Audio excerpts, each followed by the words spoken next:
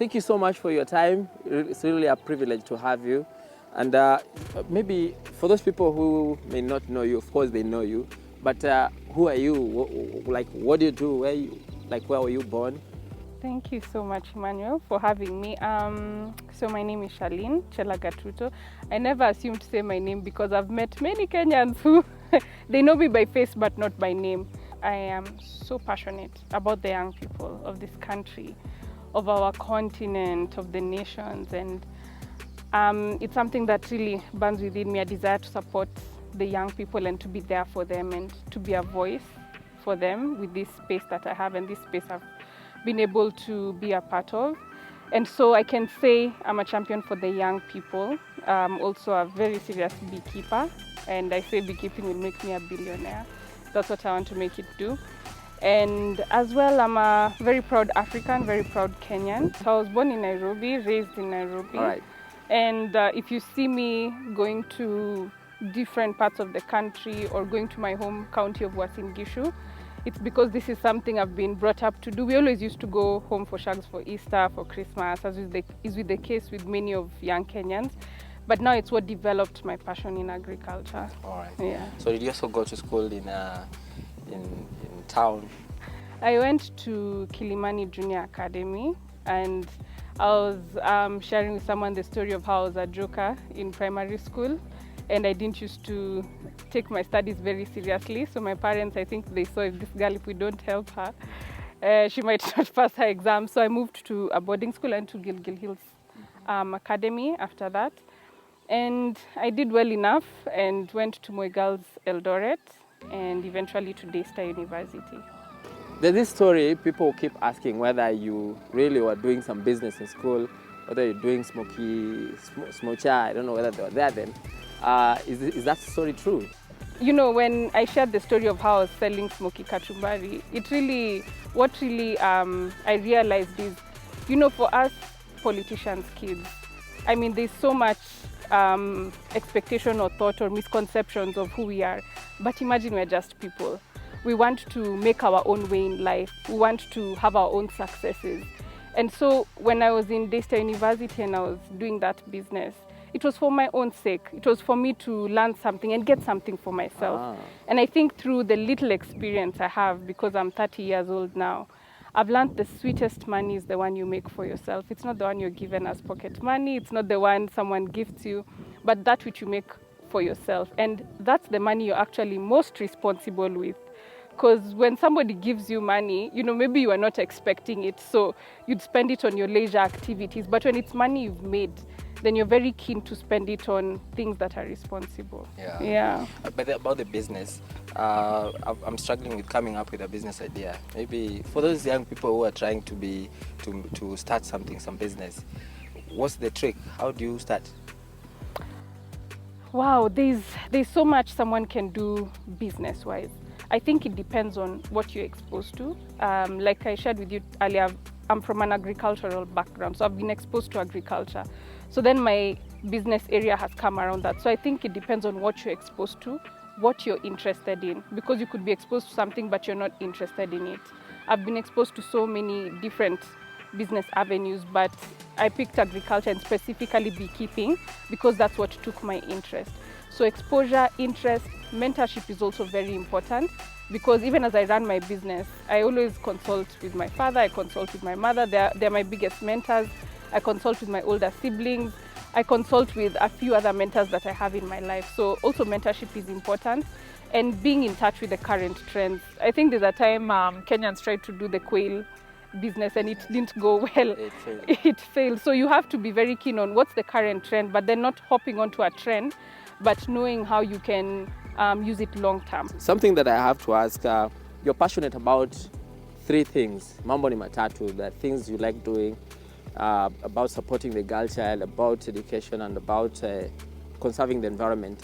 Why did you choose that path? Yeah, so earlier this year, I reached out to the young people and asked them, how can we work together? Because I believe in working together, not working alone.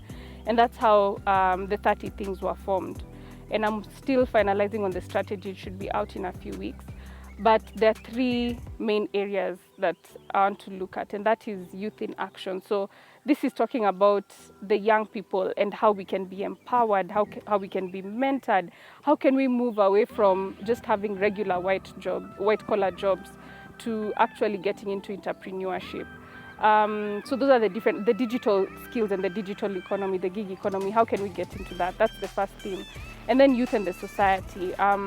As young people, society really affects us, and this is looking at even our young people, because I go around the country, I visit different schools, different counties, and we still have so many challenges. We can't say we've achieved that much of youth empowerment. We still have challenges with our young women in terms of menstrual health and hygiene, in terms of sexual education, in terms of teenage pregnancies. And even with our young men, we still have a lot, even in terms of mental health, alcohol, drug and substance abuse. And the third thematic area is climate action and agriculture, and looking how we can grow trees. I think it's more beneficial and effective when I go and we visit the young people in different schools and we plant the trees together and we leave them to grow the trees and we teach them the importance of doing that. And as well as agriculture and getting into agribusiness and looking at agriculture not just as something that people used to do in the past, or people were farmers in the past, but looking at agripreneurship and looking at the whole agricultural value chain. I say there are so many opportunities for young people. For example, I don't know content creators in agriculture who are below 35. There are none. And I'm imagining if there's a young person who could visit my farm, record what I'm doing and share the information, visit another beekeeper in Kitui, visit another beekeeper in Lamu, visit other people who are doing different things in farming. They would have such rich information for anybody who wants to get into agriculture. So there's still so much that can be done. Yeah. So maybe because I've seen some beehives around, maybe if you could take us through what you do during your day, what time you wake up, do you go straight to the farm? How does your day look like from morning? When I come to the farm, and when it comes to beekeeping needs to be done very early in the morning or late in the evening. So when we want to go and check the bees, we start off at around 5:30, because it takes a while to prep and get ready depending on how many people are getting into the beehives. So we have to wear the right attire, we have to do safety checks, because we don't want anyone having a breach. We need to do a brief of what exactly are we going to do, so that we don't go there and waste time. So are we going to do regular hive checks? Are we going to harvest honey? Are we going to just slash around and make sure the environment is good for the bees? So once that is agreed, then we go into the beehives, and depending on the number of beehives within a bee house or within an apiary, so an apiary is a site for bees, then it usually take maybe 1 or 2 hours.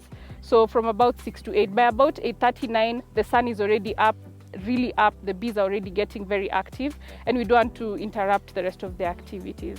So whenever we do beekeeping, that's how we start, and we do the same process if we are doing it in the evening, probably in a different space. And an important thing we do is we make sure we keep record of how many hives are occupied, how many are not, how have we found those hives, are there pests there, is there honey, did we manage to harvest honey? Because if we harvested honey from this hive today, we know that probably in another month or 2 is when we'll find honey again. So we are able to avoid interfering too much with the bees, but we still provide for them a good environment. I think I was the bell ringer at some point when I was in primary school. And when I was in my girls, I was the chapel prefect. In Daystar, I was part of the events committee at some point. When I was in college, in university, I didn't take up on too much leadership roles. I was doing too much more of reading. and doing my business, you're right. Yeah, so I can say those are the leadership roles that I've had. Do you have future ambitions? What do you like to do in the future? I have already taken it up in a different capacity. I mean, serving the young people is the greatest privilege and honor that I could have, and just creating spaces for them, I totally love it, and that's something I would wish to do for a long time. All right.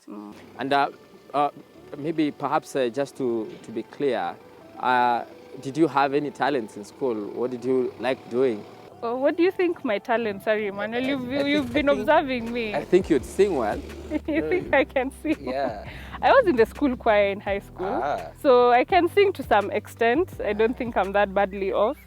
Maybe I love dancing.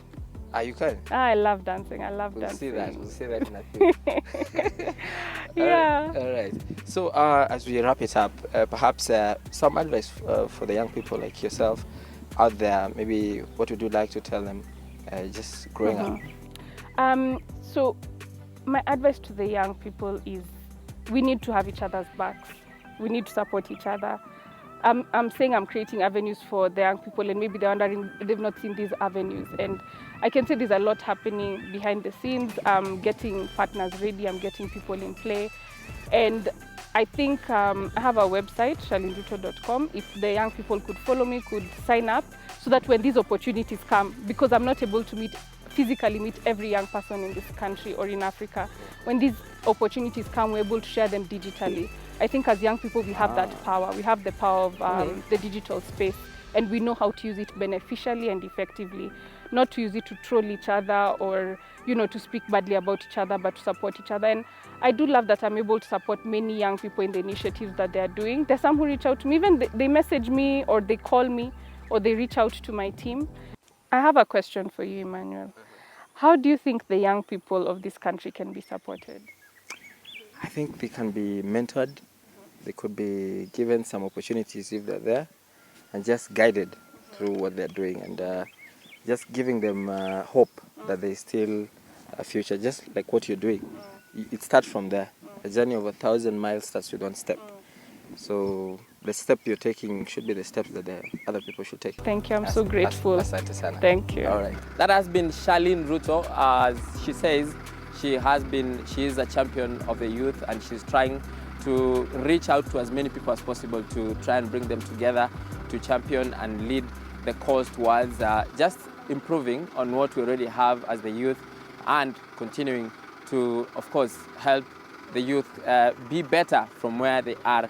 Until next time, my name is Emmanuel Tor, and we are here in Narok County for this edition of this show. Please stay tuned for the next episode coming up next week. Thank you so much.